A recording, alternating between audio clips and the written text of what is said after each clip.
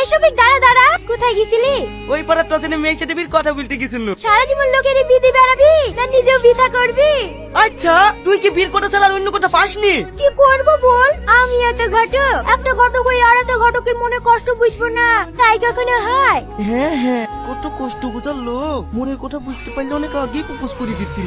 কিরে কি ভাবছি? করবি হাতে ঐশ্বর্য রায়ের মতো সুন্দরী একটা মেয়ে আছে, এরকমই হাজার হয়ে গেলে আর পাবিনি।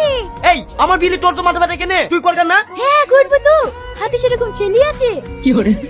না নয় তোকে আর কদিন বলবো বলতিনি, একটা ছেলে থেকে দেন না, ঘটক হয়ে নিজের বিয়ের ঘটক তালি করা যায়, তুই বল। আচ্ছা ঠিক আছে, তোর কেমন ছেলে পছন্দ বল।